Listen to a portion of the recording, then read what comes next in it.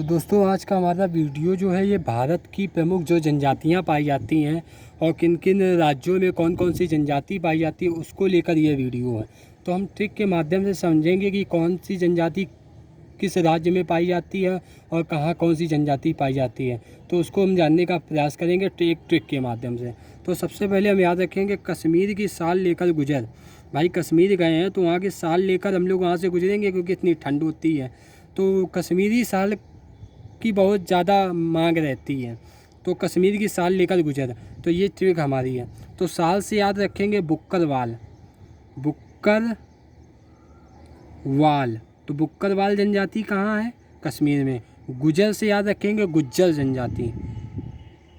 गुज्जर जनजाति भी कहाँ निवास करती है? जम्मू कश्मीर में।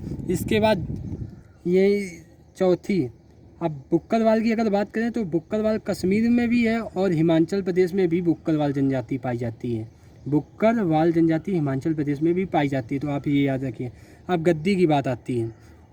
अब गद्दी की बात आती है, अगर बर्फ़ को आप देखें हिमाचल प्रदेश में बर्फ़बारी होती रहती है, तो बर्फ़ से क्या हो जाता है? गद्दी बन जाती है। तो बैठने बर्फ़ से क्या बन जाती है? एक तरह की गद्दी तैयार हो जाती है, इतनी बर्फ़बारी होती है। तो वहीं से बर्फ़बारी इतनी हुई कि क्या बन गई? गद्दी बन गई। तो गद्दी जनजाति हिमाचल प्रदेश में। फिर गद्दी से ही जद्दा, दोनों को रिलेट है एक दूसरे से, तो गद्दी और जद्दा हिमाचल प्रदेश में। अब कोई गद्दी को चुराने का प्रयास कर रहा, अब गद्दी जो बन गई तो गद्दी को कोई क्या काम करेगा? चुराने का प्रयास करेगा, तो उसको चोर जो है वो चुराने आएगा। तो गद्दी को चोर चुराने आया तो गद्दी फिर चोर। तो पिछौर जनजाति भी कहाँ है? हिमाचल प्रदेश में। इसके बाद उत्तराखंड में जब हम आएंगे तो उत्तराखंड में जौनसारी। तो सॉरी सेंटेंस हमें मिला यहाँ से सॉरी लोगों ने कब बोला था? उत्तराखंड में जब त्रासदी आई थी तो लोग पहले पिकनिक के रूप से मनाने कहाँ जाते थे? उत्तराखंड जाते थे। फिर सब समझ गए कि अब उत्तराखंड नहीं जाना है, नहीं तो ऐसी पहले फिर दोबारा आएगी। तो अब सिर्फ श्रद्धा के पर्पस से अब लोग जाते हैं और पहले पिकनिक मनाने जाते थे। तो सॉरी एक सेंटेंस आया और सॉरी भगवान को बोल रहे थे, केदारनाथ भगवान को, तो सॉरी से जौनसारी। इसके बाद थारू जनजाति, ये बहुत फेमस जनजाति है, ये उत्तर प्रदेश और उत्तराखंड दोनों जगह पाई जाती है। भोटिया, अब इतनी त्रासदी आई थी जब लोगों को वहाँ देखा गया तो इतनी त्रासदी में को बोटियाँ लोगों की हो गई थी, उनके शरीर की क्या हो गई थी? एकदम बोटियाँ अलग पड़ी थी। तो भोटिया जनजाति कहाँ निकली? ये भी उत्तराखंड में। इसके बाद बुक्सा, अब इतनी बोटियाँ हो गई थी कि उन बोटियों को लोगों ने किस में भरा? एक बक्से में भर के लेके आना पड़ा था सबों को। तो बुक्सा जनजाति भी उत्तराखंड में। उसके बाद खरवाल जनजाति उत्तर प्रदेश में।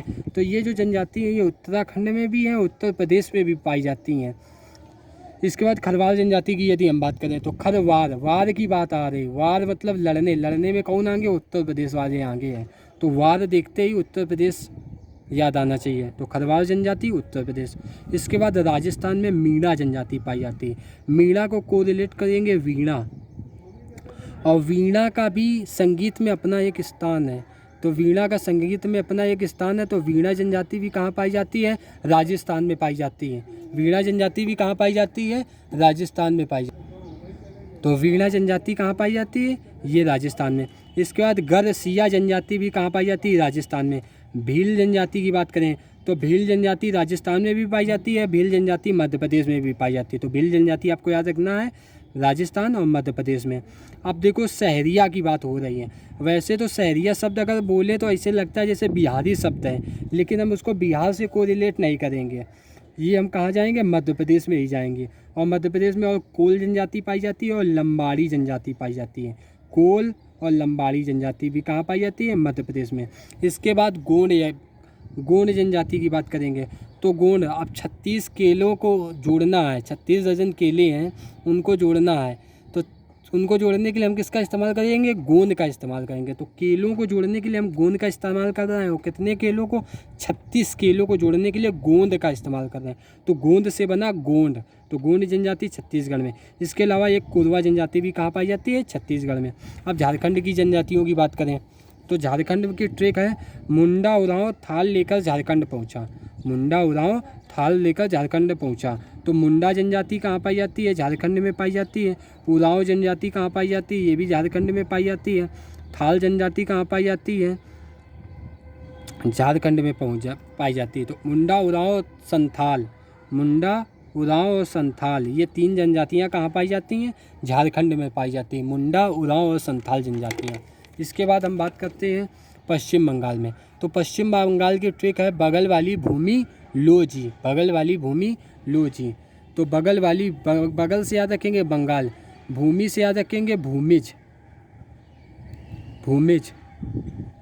और लोजी से याद रखेंगे लोजी जनजाति, लोजी जनजाति, भूमिज और लोजी जनजाति पश्चिम बंगाल में। महाराष्ट्र में और महाराष्ट्र और गुजरात दोनों जगह ये जनजातियाँ पाई जाती हैं। वरली, कोली, बंजाला।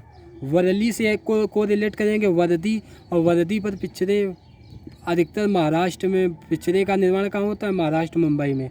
तो वरली को वर्दी पर पिछड़े कहाँ बनती है? महाराष्ट्र में। अब कोली की वजह बात आ गई, तो कोली का जो लव का तमाशा था तो ये मुंबई की अभिनेत्री से रिलेटेड है। तो कोली का लव का तमाशा भी मुंबई के अभिनेत्री से रिलेटेड है, तो ये भी महाराष्ट्र। और बंजारा जनजाति भी कहाँ पाई जाती है? महाराष्ट्र में और गुजरात में। कर्नाटक में याद करेंगे तो नाटक में भारतीय लोग हिस्सा लेते हैं, नाटक में भारतीय लोग हिस्सा लेते हैं, तो कर्नाटक में भारतीय जनजाति पाई जाती है। तमिलनाडु में टोडा जनजाति पाई जाती है। तमिलनाडु में नीलगिरी पर्वत है, नीलगिरी पर्वत पर कौन सी? नीलगिरी पर्वत का विस्तार तमिलनाडु, केरल और कर्नाटक 3 जगह है, तो वहीं पर पाई जाती है टोडा जनजाति, लेकिन मुख्य रूप से टोडा जनजाति तमिलनाडु में पाई जाती है। इसके बाद केरल की बात करते हैं। तो केरल को याद करने की ट्रिक है, केरल में मोपिला विद्रोह के नायक फारद थे, तो मोपिला जनजाति केरल की है। इसके बाद नायक से याद रखेंगे नायर जनजाति ये भी कहाँ है? केरल में है। इसके बाद फारद जनजाति ये भी कहाँ है? केरल में है। तो 3 जनजातियाँ हैं, मोपिला, नायर और फारद। मोपिला, नायर, फारद ये तीनों जनजाति केरल में है। इसके बाद सिक्किम में सिक्किम में पाई जाती है लेप्चा जनजाति सिक्किम में पाई जाती है। फिर आंध्र प्रदेश में आएंगे तो आंध्र प्रदेश में लंबी चोंच मतलब लंबी से हो जाएगा लांबाड़ी जनजाति, और चोंच से चेंचू जनजाति, ये दोनों कहाँ पाई जाती हैं? आंध्र प्रदेश में। लांबाड़ी और चेंचू जनजाति आंध्र प्रदेश में पाई जाती है। इसके बाद हम बात करते हैं मेघालय में। तो गारो, खासी और जयंतिया की ये पहाड़ियाँ भी हैं। मेघालय में 3 पहाड़ियाँ हैं, गारो, खासी और जयंतिया की पहाड़ियाँ हैं, तो यहीं पर ही ये तीनों जनजातियाँ पाई जाती हैं। इनके अलावा एक जनजाति और आपको याद रखनी है, बोडो जनजाति। बोडो जनजाति भी कहाँ पाई जाती है? मेघालय में पाई जाती है। इसके बाद अरुणाचल प्रदेश। तो अरुण की नागमणि उफड़ी, तो नागा जनजाति। अब मरी से याद रखेंगे मिरी जनजाति, उफली से याद रखेंगे उफला जनजाति। नागा, मिरी और उफला जनजाति ये तीनों अरुणाचल प्रदेश में पाई जाती हैं। फिर नागालैंड में बात करेंगे तो नागालैंड में एक जनजाति पाई जाती है जिसे हम नागा जनजाति कहते हैं। मणिपुर में कुकी जनजाति पाई जाती है। त्रिपुरा में कौन सी जनजाति पाई जाती है? रियांग जनजाति पाई जाती है। इसके बाद बात करते हैं मिजोरम में। तो मिजोरम में याद रखेंगे जोरू और लुगाई। अगर मिजोरम में जोर मिल रहा, जोर से अगर हम बनाए जोरू और लुगाई दोनों का संबंध है, तो लुगाई से क्या बनेगा? लुसाई। तो मिजोरम में कौन सी पाई जाती है? लुसाई जनजाति। इसके बाद अंडमान निकोबार द्वीप समूह में 3 जनजातियाँ पाई जाती हैं। एक ओंग जनजाति पाई जाती है, सोमपेन जनजाति पाई जाती है और जारवा जनजाति पाई जाती है। ओंग जनजाति, सोमपेन जनजाति और जारवा जनजाति ये तीनों जनजातियाँ कहाँ पाई जाती हैं? तो ये तीनों जनजातियाँ अंडमान निकोबार द्वीप समूह में पाई जाती हैं। आज का हमारा वीडियो था ये प्रमुख जनजातियों से रिलेटेड था। इसके बाद नेक्स्ट और भी इसी प्रकार से वीडियो आते रहेंगे। धन्यवाद दोस्तों।